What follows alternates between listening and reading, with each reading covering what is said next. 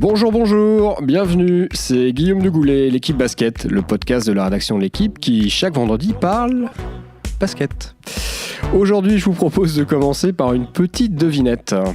Alors attention, je suis né le 26 août 1989 à Los Angeles, j'ai donc 29 ans, je mesure officiellement 1m96 pour à peu près 100 kg et j'évolue... Rémi Reverchon ? Toujours pas, non. Indistinctement au poste d'arrière et de meneur depuis 2012 et ma distinction de meilleur 6e homme de la NBA avec Oklahoma City, je fais le bonheur des Houston Rockets avec lesquels je suis devenu la saison dernière le MVP de la Ligue. Je suis un barbu. Je suis un barbu, James Harden, bien sûr, merci Lily. Le barbu le plus célèbre des basketteurs, l'un des plus clivants en tout cas. Certains le trouvent arrogant, agaçant, d'autres hallucinant. En témoigne encore son panier pour la gagne face aux Warriors la semaine dernière en prolongation, après une prestation déjà fabuleuse. Ses stats, évidemment, parlent pour lui. 34 points de moyenne, c'est le numéro 1 de la Ligue. 8,6 passes, c'est le numéro 4. 6 rebonds par match. Bref, c'est du lourd. Il suffit aussi de se souvenir de la manière avec laquelle il a emmené les Rockets en finale de la Conférence Ouest la saison dernière. Mais, oui, il y a un petit mais... Il y a ces fameux marchés non sifflés, et puis ces coups de sifflet aussi en sa faveur dès qu'il est effleuré par le moindre coup de vent. Sur le mois de janvier quand même, je vous dis ça, je vous dis rien, il tourne à plus de 40 points de moyenne et reste sur 14 matchs en ayant inscrit au moins 30 pions, prouesse seulement réalisée par 2 boulimiques du shoot, Tracy McGrady et Kobe Bryant. 2 exemples intéressants, pourquoi ?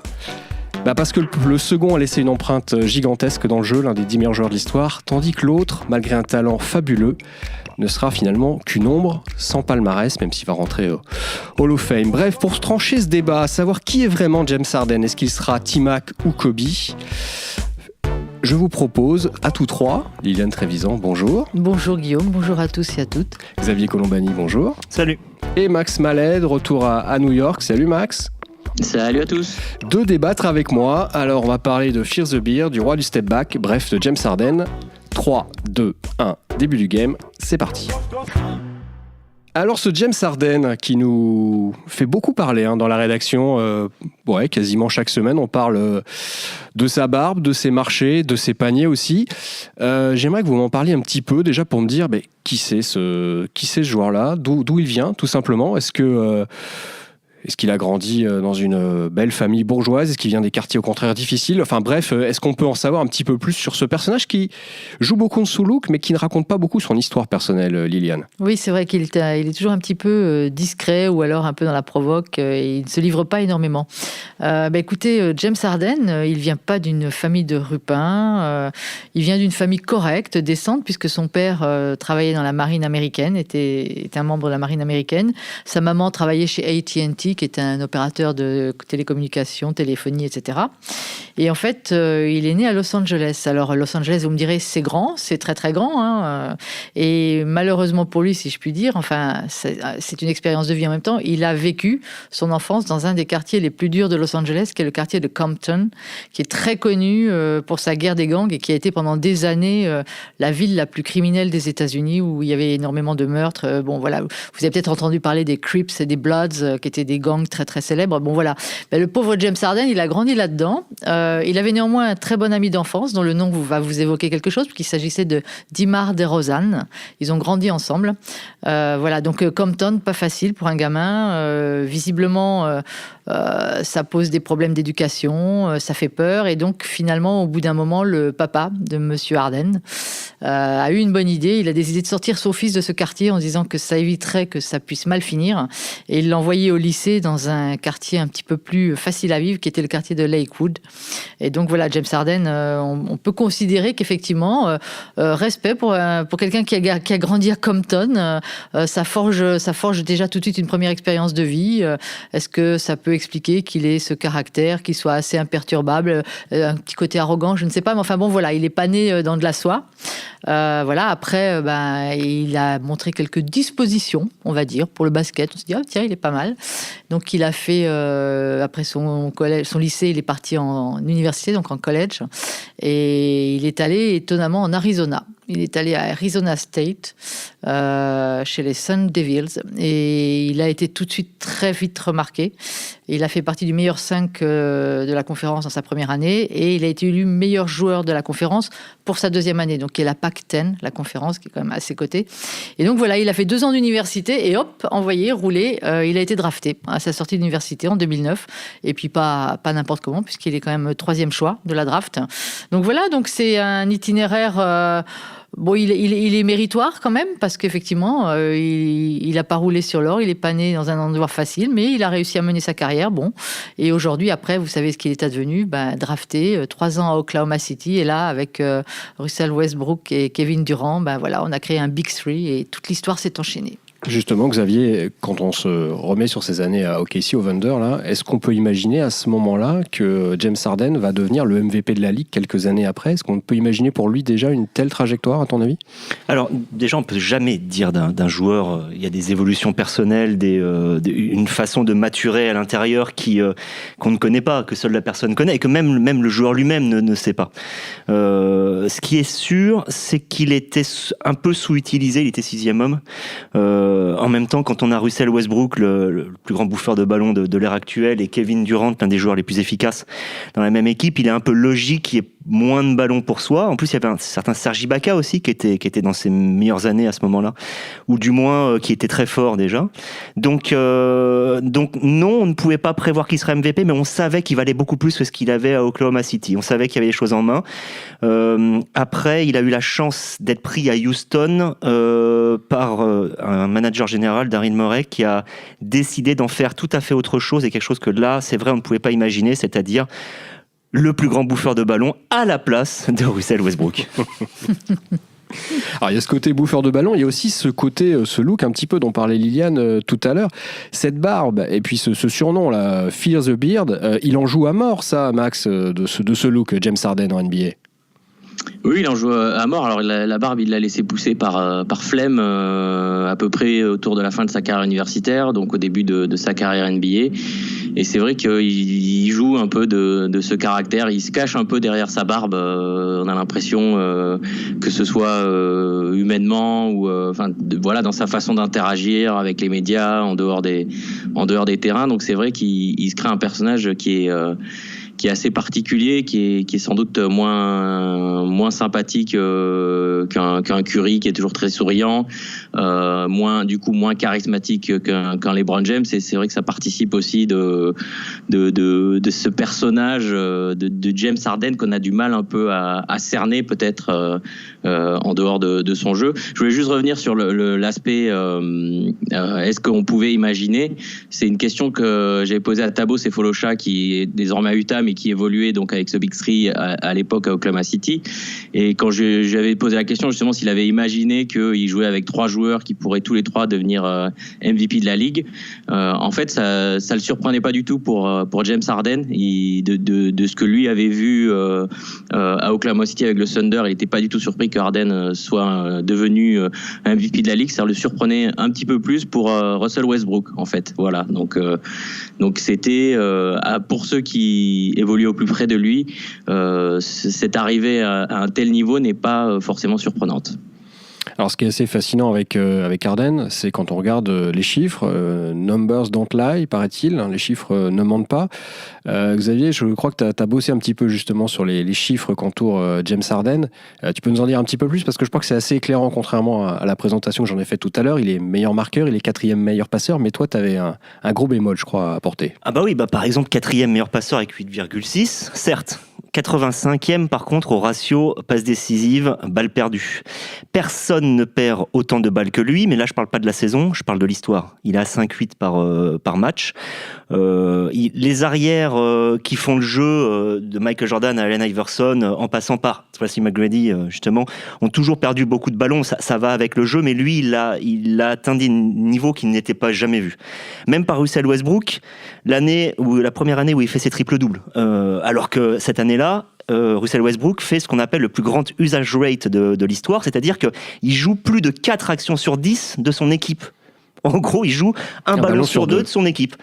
Et même malgré ça, il perd moins de ballons. James Harden en perd encore plus. Mais c'est un choix.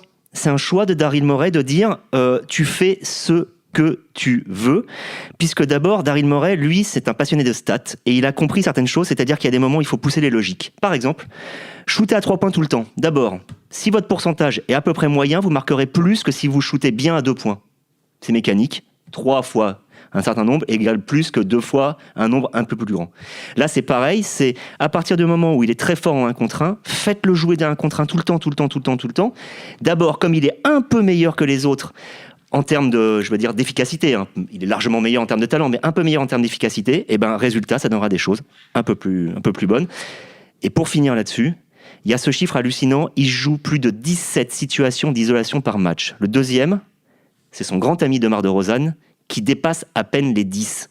17 situations d'isolation par match, c'est exactement ce que va détester un supporter européen qui est habitué à voir autre chose et du jeu collectif. Je pense qu'on pourrait aussi poser une question à Max, qui est peut-être plus ancré que nous dans le milieu américain. C'est sur le poste de James Harden. Parce qu'il y a même aux États-Unis, il y a toujours débat. Est-ce que James Harden est un meneur qui score, ou est-ce que c'est un arrière-scoreur qui a une très bonne maîtrise de la balle? Alors je ne sais pas ce qu'on en pense en NBA, Max, mais je peux voir en lisant à gauche, à droite dans la presse américaine que visiblement le débat est toujours pas clos sur le poste, sur ce qu'est vraiment James Harden. Oui, c'est vrai que la question des postes, ça, c'est un petit peu des questions qui reviennent autour de toutes les équipes, parce que pour la presse et pour les fans, c'est vrai que c'est plus confortable d'identifier un joueur à un poste et donc à un rôle qu'il doit avoir, alors qu'aujourd'hui la ligue évolue vers quasiment des joueurs sans poste, très comme polyvalent. on en parlait pour les Knicks avec Frank Ntilikina qui s'était retrouvé titulaire au poste 3 et qui expliquait en fait il y a quatre joueurs extérieurs et un intérieur, et voilà, et ça roule comme ça.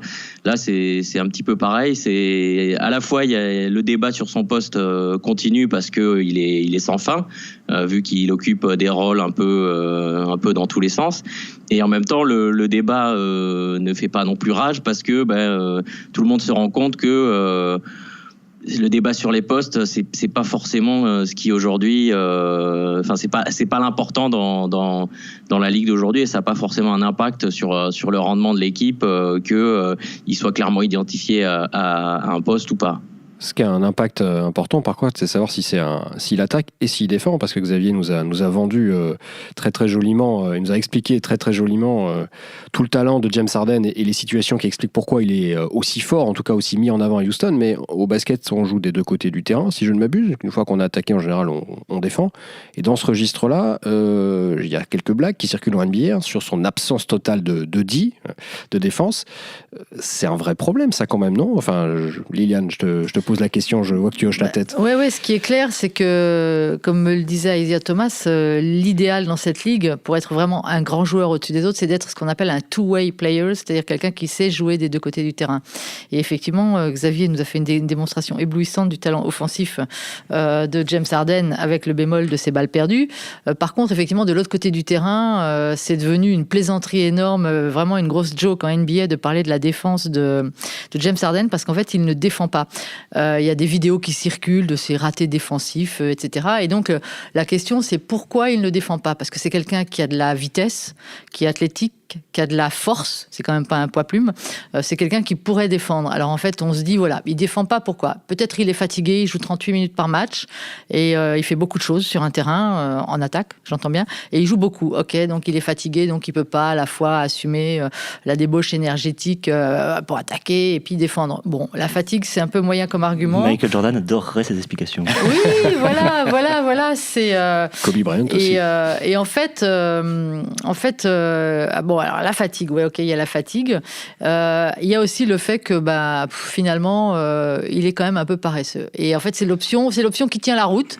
C'est genre, il pourrait bien, mais franchement, il n'a pas tellement envie. Et c'est quelque chose qui ne l'intéresse pas. C'est ce que laissait déjà entendre Kevin McHale, qui l'a coaché avant, et qui disait, de toute façon, à ce niveau-là, voilà, il n'est pas très concerné, etc. Donc, en fait, on peut considérer qu'il a l'arrogance de dire, écoutez, moi, avec tout ce que j'apporte en attaque, j'estime qu'on peut me laisser un petit peu en en marge de la défense.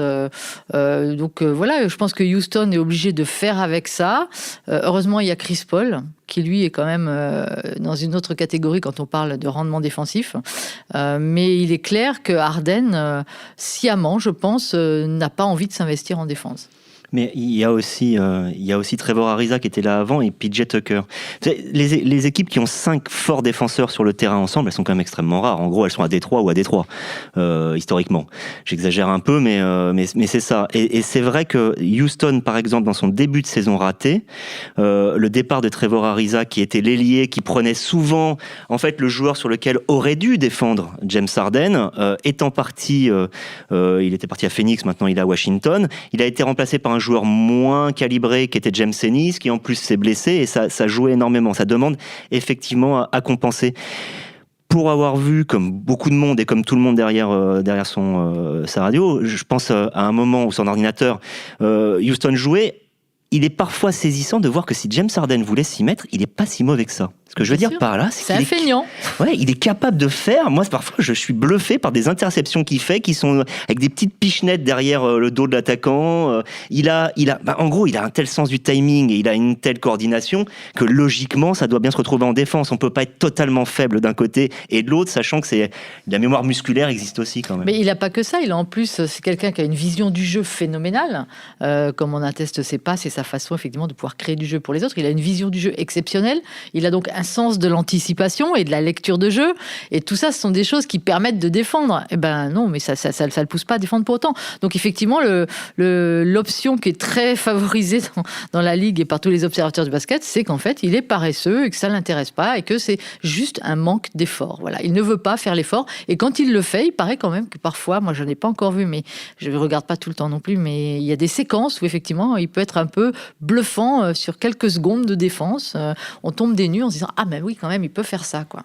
Voilà, il a fait une superbe interception de la tête sur Giannis. Il a dit lui-même qu'il aurait adoré voir l'action. Il faut le noter.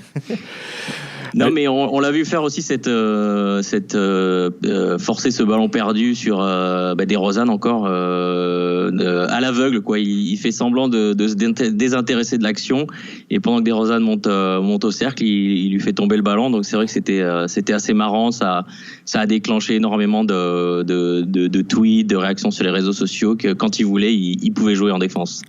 Est-ce qu'avec James Harden, il n'y a pas aussi une problématique avec les arbitres ? Alors on a parlé de sa défense suspecte, et il y a parfois je le disais en introduction tout à l'heure, des marchés où il fait 4, 5, 6, 7, 8, 12 pas pour aller au panier.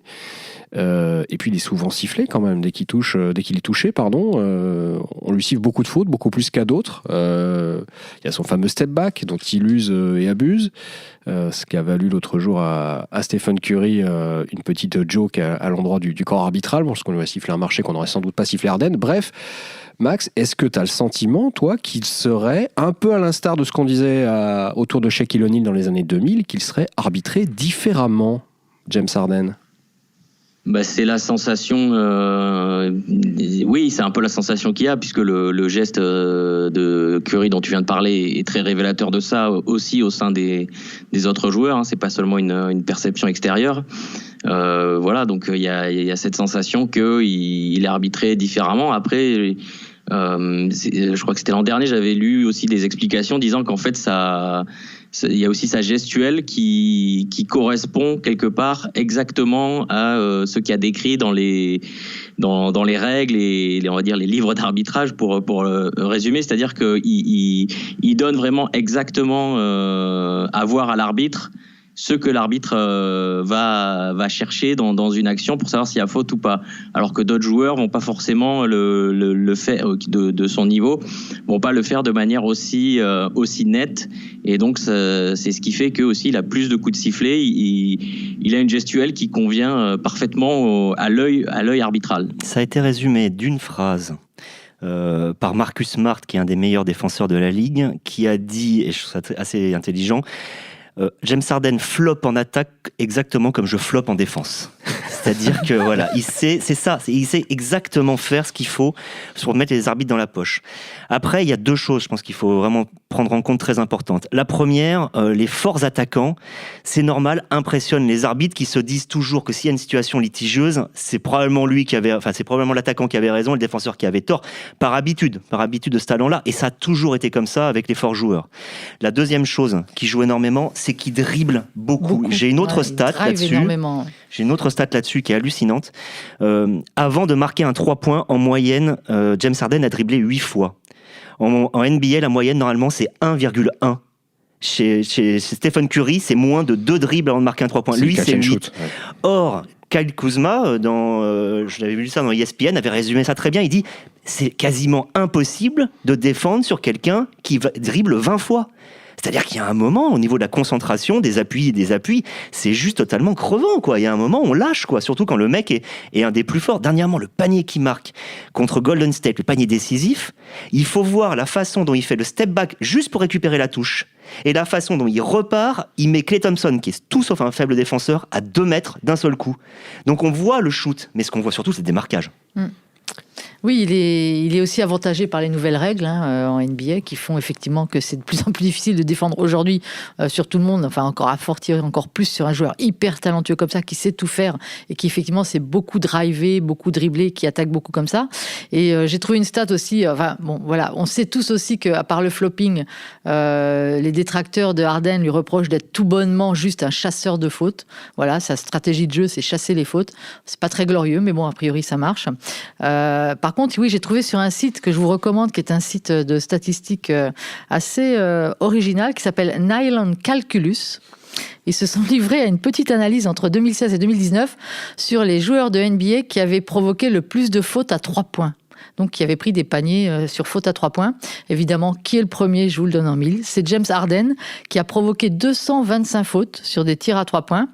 Et le deuxième, il est derrière il est derrière, mais il est loin. C'est Damian Lillard qui a 81 fautes provoquées. En troisième, je vous donne le classement, il y en a 5. C'est Lou Williams avec 78 fautes. En quatrième, Kemba Walker, 68 fautes provoquées. Et le cinquième, c'est Stephen Curry, qui n'a provoqué que 55 fautes sur des tirs à 3 points. Donc on le voit effectivement, il y a une qualité exceptionnelle de James Harden pour aller chercher ses fautes. Comme disait Max, on a l'impression qu'il a lu tout le textbook par cœur, il l'a imprimé et il sait exactement ce qu'il doit faire pour que l'arbitre n'ait aucun doute en disant mais oui, il y a eu faute. Mais voilà, c'est effectivement un remarquable chasseur de fautes, et y compris sur les paniers primés, ce qui effectivement est lié à sa capacité à attaquer en dribblant, en drivant et en gardant la balle en main. Après, rapporté au temps de jeu, le nombre de lancers francs par match, donc il est rapporté, on va dire, à 48 minutes sur un match entier, il est à 14 lancers francs, mais un joueur comme Joel Embiid est à 14,1, un Giannis Antetokounmpo est à 12,9, donc il est pas non plus complètement tout seul avec 5 lancers francs de plus que n'importe quel autre joueur de la ligue. Et en fait, là, on sait qu'on parle beaucoup stats et le seul truc, c'est de savoir est-ce que ça fonctionne tout le temps. Parce que je pense que c'est ça ta question, bien sûr. Guillaume. Il y a un moment, est-ce que ça fonctionne en saison régulière, mais aussi en play-off ? Jusqu'à maintenant, non. Tout simplement. C'est-à-dire qu'il y a un moment où les défenses évoluent. C'est vrai qu'on a quand même une ligue qui fait des highlights pendant 6 mois pour nourrir Opération le monde porte entier. Ouverte. Voilà. Et après, dès que ça se durcit, il reste le talent, moins la facilité. Et là, ça change tout, parce qu'il y a un moment où on peut pas gagner en faisant trop d'erreurs, basiquement. Ouais, t'as devancé ma question suivante, mais il a déjà un titre de MVP. Est-ce qu'il en mérite un deuxième ? Est-ce qu'il est, pour le dire autrement, aussi fort, plus fort que LeBron James, que Giannis Antetokounmpo, que Kevin Durant, que Stephen Curry ? Ou pour poser la question autrement, est-ce que si demain vous étiez GM d'une franchise, est-ce que votre premier choix se porterait naturellement sur James Harden ? Max, t'es à New York, t'es le nouveau patron des Knicks. T'es le nouveau GM. Ton premier tour de draft. C'est totalement possible. Hein. Il suffit que je sois un peu sympa avec James Dolan et puis c'est parti. Oui, mais est-ce que tu prendrais James Harden en numéro 1 pour rebâtir les Knicks et les porter à nouveau au titre 50 ans après ? C'est toujours c'est sûr il va faire 30 ans cette année, donc c'est vrai que c'est un joueur qui est encore en pleine force de l'âge, surtout dans la NBA d'aujourd'hui où la durée d'espérance de carrière est plus longue que jamais.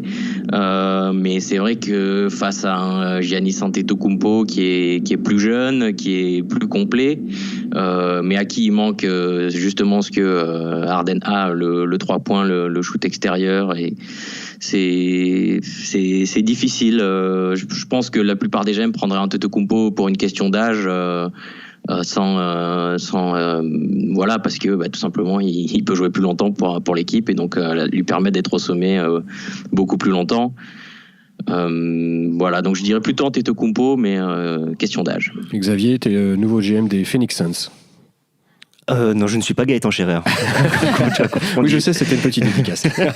Non, moi je prends Kevin Durant, mais voilà, on est sur quelque chose, sur un débat James Harden, mais moi je dis, pour moi Kevin Durant est le prochain joueur qui normalement, par lui, en étant option numéro 1, peut faire gagner un titre après LeBron, qui va finir par décliner à un moment, mais pour l'instant on le sait pas encore parce qu'il joue dans la meilleure équipe de la NBA avec des superstars, dont Stephen Curry, qui est peut-être l'autre meilleur joueur de la NBA avec LeBron. Mais je prendrai pas James Harden pour une raison très simple, c'est que ça oblige, quand on joue avec James Harden, on est obligé d'être un role player à côté.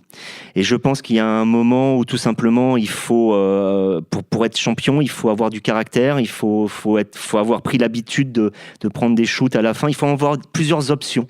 Ça ne veut pas dire avoir plusieurs stars. Ça veut dire avoir plusieurs options de joueurs capables de gagner. Or, je pense que James Harden a un côté annihilant envers les autres. Et c'est ça le problème. Et le symbole, c'est peut-être qu'ils ont pris Chris Paul, d'ailleurs, pour être le numéro 2, qui est justement le joueur qui ne fait jamais rien en play-off, comme si personne d'autre ne voulait venir jouer. Et finalement, le seul qui avait voulu venir jouer, c'était Carmelo Anthony. Et c'était bien un symbole, c'est qu'il est reparti parce qu'il ne valait plus rien. Voilà. Donc, non, mais justement, Chris Paul, c'est au début, quand on a su que Chris Paul allait avec Houston prenait Chris Paul, tout le monde a un peu hurlé en disant c'est n'importe quoi, c'est une erreur, et puis ça va pas pouvoir jouer, Harden avec Chris Paul, etc. En fait, pour l'instant, ça tient la route, quoi. Ça tient la route parce qu'on a Chris Paul qui est quand même plus effectivement un excellent joueur défensif, qui est capable, on va dire, de faire un peu peut-être ce que Harden ne veut pas faire, et qui accepte pour l'instant de ne pas être le dépositaire du jeu, de ne pas être la première option, etc. Après, oui, moi si j'étais GM d'une franchise, je préférerais le monstre grec, donc Antetokounmpo, que bâtir mon équipe autour de James Harden, qui est quand même extrêmement selfish, très égocentré, très égoïste. Il a beau avoir une magnifique vision du jeu, il est quand même pas très partageur, il a besoin de beaucoup vivre avec la balle, et pour moi c'est quand même un moment où il faut justement, quand ça devient dur en play-off, quand les défenses sont beaucoup plus difficiles, comme le disait Xavier, que la facilité n'est plus là, il faut quand même avoir d'autres options, et ces autres options-là, dans l'ombre de James Harden, elles peuvent pas vivre, quoi. Elles peuvent pas vivre, et elles vont pas se révéler tout de suite en play-off en disant écoute James, tu prends un peu moins de possession, un peu moins de tir, et tu laisses un peu plus la balle à machin. C'est compliqué, c'est un joueur compliqué à gérer, voilà. Après, il a quand même été en finale NBA, hein, avec OKC en 2012. Mais dans un rôle qui était totalement Oui, dans un rôle différent. différent, ouais. Mais bon, voilà. Après, effectivement, il prendra une autre dimension si un jour il est champion NBA. C'est sûr que pour l'instant, c'est un monstre de jeu, mais pour l'instant, voilà, il est un peu comme Chris Paul qu'on pourfend à tort et à travers parce qu'il n'a jamais rien gagné, mais il n'a toujours rien gagné non plus, James Harden, à part son titre de MVP, qui est une récompense individuelle. Il y a un seul joueur qui dirait l'inverse de ce qu'on vient de dire, c'est Clint Capela. Parce qu'en fait, c'est assez marrant. Clint Capela, c'est un petit peu l'excuse de James Harden pour dire regardez, je suis collectif. Leur duo, c'est le duo le plus performant de la NBA en termes de connexion. La passe d'un joueur, le panier d'un autre. Et c'est le seul qui arrive. Et c'est peut-être pas un hasard si le joueur qui arrive à jouer avec Harden, c'est un joueur qui tout simplement ne peut pas exister par lui-même. Un joueur extraordinaire, hein, Clint Capela. Une détente, un timing, un sens du jeu, beaucoup de choses. Et félicitations d'ailleurs à la formation française de l'avoir envoyé en NBA et de l'avoir permis d'éclore comme ça. N'oublie pas qu'il est suisse quand même. C'est vrai qu'il est suisse. C'est vrai qu'il est suisse. Rendons à la Suisse ce qui est à la Suisse. Oui. Et oui, non, c'est vrai. Mais rendons à Chalon ce qu'ils ont très bien fait avec lui. Mais non, effectivement, le truc, c'est qu'on a l'impression que comme Russell Westbrook, James Harden, on va le voir jouer comme ça pendant 10 ans. Et sans être pour autant un Dominique Wilkins, qui lui était l'incarnation même du joueur qui était spectaculaire mais qui ne gagnerait jamais rien. Il y a un peu de peur qu'on se lasse du show James Harden, et encore plus quand justement on en parle à ce point-là comme ça cette année, puisque on est dans une saison régulière très particulière où il n'y avait aucun favori pour le titre de MVP, trophée de MVP qui sortait. Il y en avait trop en tout cas. Il y en avait trop, il n'y en avait pas assez. Et maintenant voilà, il a 5 points d'avance sur le deuxième meilleur marqueur, donc on va commencer à penser que c'est lui et que c'est logique. Mais paradoxalement, ça va un peu agacer tout le monde, j'ai l'impression, et ça va jouer contre lui. Vous oubliez pas un petit peu vite, Max, que les Rockets étaient en finale de la conférence Ouest, dans la conférence la plus dure, hein, quand même, et puis qu'ils ont quand même poussé les Warriors, pas au bord du précipice, mais enfin, ils étaient quand même pas méga sereins, et que c'est pas si mal quand même, non, d'être capable de faire ça. Ils étaient à 2 doigts ou à 27 paniers de suite, montés à 3 points de... Non, c'est à la fois un gouffre et très proche, quoi. C'est là où quand on le regarde après coup, on se dit ah oui, en fait quelque part ils avaient l'impression d'y être et ils en étaient très loin, puisque les Warriors, tant qu'on les a pas battus, on les a pas battus. Les OKC de 2016 avec Durant, on sait quelque chose, puisqu'ils menaient 3-1 avant de se faire éliminer. Donc c'est très difficile d'évaluer à quel point ils étaient loin ou proches d'être vraiment en finale. Et s'ils avaient été en finale, ils auraient été champions. Il y a quasiment pas de discussion là-dessus. Donc moi, j'exclurais pas Houston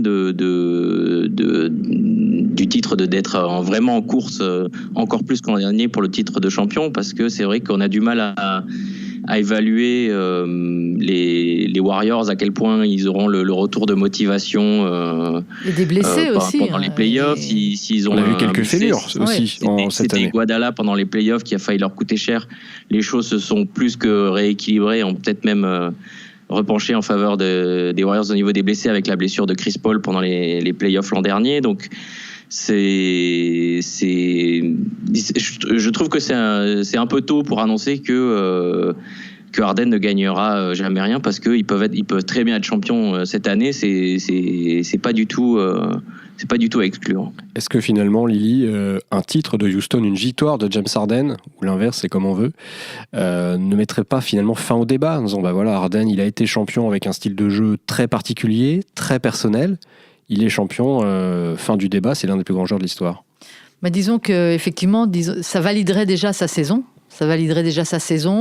Ses options de jeu, cette façon d'aller chercher la ligne des lancers francs, etc. Ça validerait un jeu qui effectivement ne plaît pas à tout le monde et déplaît même à beaucoup, puisque il y en a qui disent c'est ennuyeux à regarder parce qu'on sait exactement ce qu'il va faire, c'est toujours la même chose, et ça se termine sur la ligne des lancers francs et puis il shoot à ta pointe, etc. Par contre, oui, si Houston est champion, effectivement, on pourra... Après, il y a deux choses. Il y a Houston est champion, et deux, comment Harden a performé au sein d'une équipe de Houston qui serait championne. Bon, a priori, ce serait en mettant 40 points par match, en faisant 8 passes, 6 rebonds, etc., comme il l'a fait toute la saison. Je ne sais pas si ça suffirait à valider le fait qu'il soit parmi les plus grands de l'histoire. Mais indépendamment de ça, il y est déjà, quand même. Il y a un classement qui recense les joueurs qui ont marqué 50... je parle de toute l'histoire de la NBA, qui ont marqué 50 points en faisant un triple-double. Ils sont 6 dans ce classement. 6 joueurs à avoir réussi 50 points avec des triples-doubles. Et celui qui en a fait le plus, c'est James Harden. Et il est devant des gens comme Jabbar, Chamberlain. Voilà, donc effectivement, il est déjà dans l'histoire. Par contre, on est obligé de lui demander une concrétisation. On sait que c'est un grand joueur, c'est un gros joueur. Il est sans doute plus complet que la plupart des grands joueurs de la Ligue. Il sait vraiment tout faire à part défendre. Mais il faut qu'il emmène une équipe derrière lui. Et ça, c'est pas pareil. Il faut du leadership. Il faut savoir réagir dans les moments chauds. Il faut savoir s'adapter à un contexte qui est entièrement différent en play-off. Et est-ce qu'il a cette carrure? Est-ce qu'il a les épaules pour être un leader d'équipe? Si on en croit Kevin McHale, quand il coachait Houston, non. Il l'a dit carrément, il a dit Harden n'est pas un leader. Donc voilà, est-ce qu'il aura cette dimension-là? Et même s'il arrive à être champion, est-ce que ce sera sur un numéro de funambule pendant 5-6 matchs, j'en sais rien. Ça reste à voir. Mais on a du mal à y croire, en fait, c'est ça. On reconnaît son talent, on est ébahi devant son talent, mais quelque part, on coince et on se dit, ouais, bon, peut-être qu'il va être champion NBA cette année, Houston va être champion. Est-ce que pour autant, James Harden, ce sera du niveau de LeBron James, etc. On a du mal à dire oui tout de suite. On a du mal à dire oui tout de suite. Et il y a un truc qui est assez marrant, c'est que sans doute parmi les gens qui sont pas grands fans de son style, il y a probablement son entraîneur. Qui est quand même Mike D'Antoni, qui est quand même un coach qui prenait le jeu en transition ultra rapide, le 7 seconds endless, les tirs en début de possession, etc. Alors que James Harden remonte la balle tout lentement, laisse le jeu s'installer en demi-terrain et puis ensuite fait son truc. Donc c'est vrai que ça aurait un côté très ironique que les deux qui n'ont rien gagné indépendamment gagnent quelque chose ensemble, alors que le style du joueur correspond sans doute pas à celui de l'entraîneur. Et est-ce que le style, Max, de James Harden plaît dans les salles NBA ? Quel accueil il a ? Est-ce qu'il a un droit à un accueil ? On sait que quand LeBron se déplace, ça déplace beaucoup de monde, ça draine beaucoup de choses. Les gens viennent voir Steph Curry shooter, les gens veulent voir les dunks d'Antetokounmpo. Est-ce qu'ils ont envie de voir les shoots de James Harden ? Est-ce que c'est un joueur qui suscite quelque chose dans les stades ? Oui, c'est un joueur qui suscite à peu près la même chose que les joueurs que tu viens de citer. C'est un joueur qu'on vient voir, c'est un des plus gros joueurs de la ligue. Il est peut-être un peu plus clivant entre guillemets que les autres, mais c'est un joueur qu'on vient voir en tout autant, qu'on supporte tout autant et qui a une image aussi forte, quasiment aussi forte dans les mêmes eaux que tous ces joueurs-là. C'est la barbe, ça. Bon, on va tous autour de la table se laisser pousser la barbe. Lily, bon courage du coup. Ah non, merci, ça m'intéresse absolument pas. Mais vous savez que, en fait, j'ai pas été à Houston depuis un moment, mais il paraît que sur la barbe de Harden, il y a des t-shirts, des objets dérivés, des chansons même. Enfin, il paraît que c'est une folie furieuse. Il a laissé pousser sa barbe. Il y en a même qui disent que plus ses stats augmentent, plus sa barbe s'allonge. Comme s'il y avait une relation de cause à effet. J'ai même lu, mais attendez, mais ne riez pas, Guillaume. J'ai même lu des déclarations d'un pseudo-chercheur qui disait que oui, pour qu'une barbe croisse à ce point-là, il faut une variation hormonale. Peut-être que ça explique le fait que son jeu grandit en même temps que sa barbe, etc., etc. Mais on fabule totalement sur la barbe de James Harden et je pense que ça doit bien l'amuser. Ça doit bien l'amuser et c'est pour ça qu'il y prend plaisir. J'ai lu qu'il donnait des interviews sur sa barbe. Je trouve ça cultissime à des sites hipsters là où le mec a une barbe comme la sienne et il avait raconté que d'ailleurs, à part son barbier, personne n'avait le droit de toucher à sa barbe, que personne, même lui, n'osait y donner un coup de ciseau, un coup de rasoir ou quoi que ce soit, qu'il était furieux si quelqu'un d'autre se mêlait de vouloir toucher sa barbe. Mais là, on atteint des sommets, voilà, bref. Bon, il joue bien quand même, mais... Bon, Max, ton prochain défi, aller toucher la barbe de James Harden, tu feras un selfie pour nous prouver que tu l'as bien fait. Il me reste à moi à vous... L'assurance santé est pas top ici, donc je sais pas si je vais m'y risquer. Il me reste à vous remercier, à vous encourager, à vous laisser pousser la barbe chez vous, bien entendu, et à vous donner rendez-vous la semaine prochaine. Xavier, merci. Lily, merci beaucoup. Merci à vous. Max également, un grand merci. À très bientôt. Bye bye. Merci.